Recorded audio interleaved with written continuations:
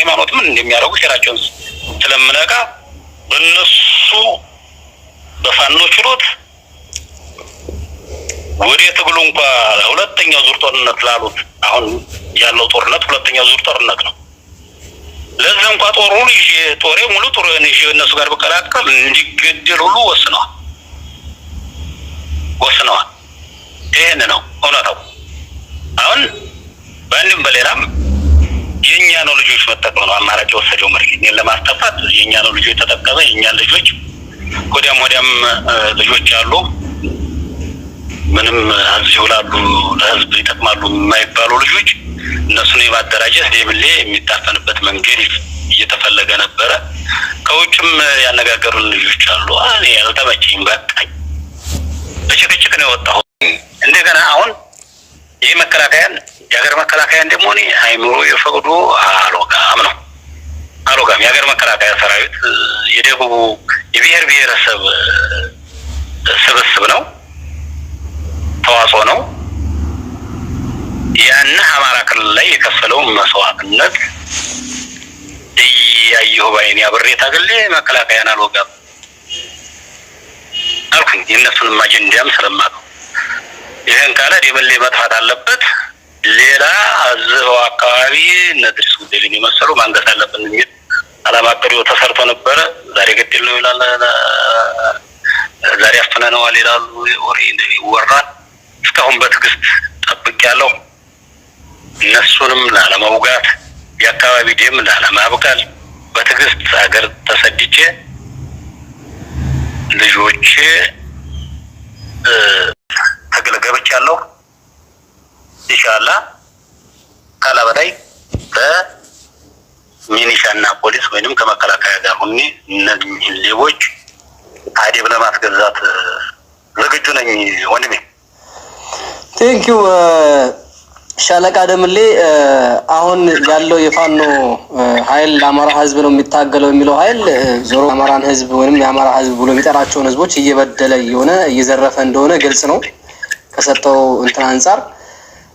ይህንን ኃይል የሚደግፉ እውነት ለአማራ ኃይል ህዝብ ነው ለኛ ብሎ ነው መስዋዕትነት የሚከፍለው የሚለው የሽፍታውን ኃይል የሚደግፉ እህት ወንድሞቻችን በውጭ ያሉ በአረብ ሀገር ያሉ በዲያስፖራዎችን ጭምርት ለነሱ ምን መልእክት አለ? እንደ አንድ ሻለቃ ደምሌ ምን መልእክት አለ? ያው መሬት ላይ ያለውን ሁኔታ ስለምታውቀው እስኪ በተለይ ደግሞ ሙስሊሙንም በተመለከተ እስኪ እንደው ያ እነሱ ተግባራቸው ተናግረሃልና ምንድን ነው መልእክት?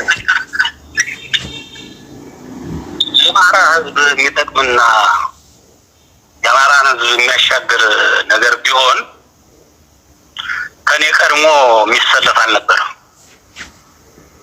የመጀመሪያ እኮ የአማራ ህዝብ አሁን መፈንቅለ መንግስት ስታደርግ ስታስብ እኮ በአንዲት ሀገር ላይ የብሔር ብሔረሰብን አስነስተ ነው። አዎ ወያኔ ሲፈነቀል በዛ ለቀን ኦሮሞውም፣ ከምባታውም፣ አማራውም ሁሉም ተነሳ። እነዛም ሆዳም ስለነበሩ የራሳቸውን እንትን ለማበልጸግና የራሳቸውን እንትን ምቹ ሁኔታ ለመፍጠር ስለሚሰሩ ችሎት ህዝቡ የብሔር ብሔረሰብ ነው የተነሳው። ወያኔን ሲያስወግድ ጠንካራ ድርጅት ነው ወያኔ ለ27 ዓመት አንቀጥቅጦ የገዛ እሱ ሲያስወግድ እኮ የብሔር ብሔረሰብን አቅፎ ነው አይደል? እነኚህ የሚረቡም አይደሉም። ለትግል ጭራሽ ስርዓትን በመቀየር የተነሱ ሰዎች አይደሉም። አሻግሮ ስልጤውን ከስራንቴ ዛማሪ ሆኖ የሚሳድ የኦሮሞን ህዝብ ለሀገር የሚሞት የኦሮሞ ህዝብ እኮ ባይኖር መከላከያ ማግኘት እኮ አንችልም። አማራ እኮ ለምሻጣ እኮ ነው የማይረባ። ስለምነቃ በሃይማኖት ምን እንደሚያደርጉ ሴራቸውን ስለምነቃ በእነሱ በፋኖ ችሎት ወደ ትግሉ እንኳን ሁለተኛው ዙር ጦርነት ላሉት አሁን ያለው ጦርነት ሁለተኛው ዙር ጦርነት ነው። ለዚህ እንኳን ጦሩን ይዤ ጦሬ ሙሉ ጦሩን ይዤ እነሱ ጋር በቀላቀል እንዲገደል ሁሉ ወስነዋል። ይሄን ነው እውነታው። አሁን በአንድም በሌላም የኛ ነው ልጆች መጠቀም ነው አማራጭ ወሰደው መርኪን ለማስተፋት የኛ ነው ልጆች ተጠቀመ። የኛ ልጆች ወዲያም ልጆች አሉ ምንም አዝዩ ላሉ ለህዝብ ይጠቅማሉ የማይባሉ ልጆች እነሱን የማደራጀት ደብሌ የሚታፈንበት መንገድ እየተፈለገ ነበረ። ከውጭም ያነጋገሩን ልጆች አሉ። እኔ ያልተመቸኝ በቃኝ። በጭቅጭቅ ነው የወጣው። ህዝቡ እንዲሰደት እንዲበተን አደረጉ።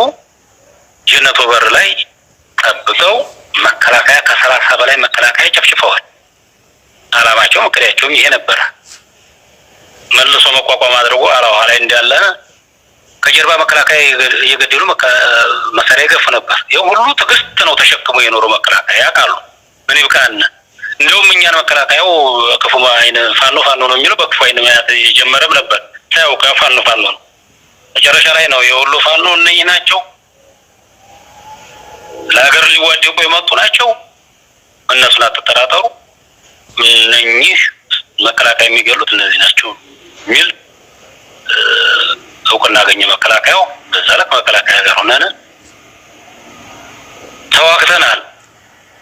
ከዛ በኋላ ቆቦ ገባን። መልሰን ቆቦ ገባን። በኋላ ወልዲያ ጦርነት ይከፍታሉ፣ ችግር ይፈጥራሉ። ተጋጋሚ እንደ ዞንም መከላከያ አመራሩ የልዩ ኃይል አመራር ጠርተውን ነበር፣ አዋይተውን ነበር። እንደውም የተናገርያለሁ ብዙ ጊዜ የሚጠላኝ ነው እናገራለሁ። ትክክል አይደላችሁ። አፍንጫችን ስር ጥላት ተቀምጦ እናንተ ከተማ ላይ ጦርነት ከፍቶ መከላከያው ይሄን ለመከላከል ወደ ኋላ ቢወጣ በቀላሉ እኮ የሚይዘው እናንተ ሰፈር ነው ቆቦነ። ለምንድን ነው ይሄን የምታደርገው የሚል ግምገማም ነበርኝ። አሳልፎ ሰጥቶኛል የሚል ጥላቻም አለው። እንደገና ሴራቸውንም ስለምነቃ በሃይማኖት ምን እንደሚያደርጉ ሴራቸውን ስለምነቃ በእነሱ በፋኖ ችሎት ወደ ትግሉ እንኳን ሁለተኛው ዙር ጦርነት ላሉት አሁን ያለው ጦርነት ሁለተኛው ዙር ጦርነት ነው። ለዚህ እንኳን ጦሩን ጦሬ ሙሉ ጦሩን እነሱ ጋር በቀላቀል እንዲገደል ሁሉ ወስነዋል። ይሄን ነው እውነታው። አሁን በአንድም በሌላም የኛ ነው ልጆች መጠቀም ነው አማራጭ የወሰደው መሪ የኛ ልጆች ወዲያም ልጆች አሉ ምንም እዚሁ ላሉ ለህዝብ ይጠቅማሉ የማይባሉ ልጆች እነሱን የማደራጀት ደምሌ የሚታፈንበት መንገድ እየተፈለገ ነበረ። ከውጭም ያነጋገሩን ልጆች አሉ። እኔ ያልተመቸኝ በቃኝ።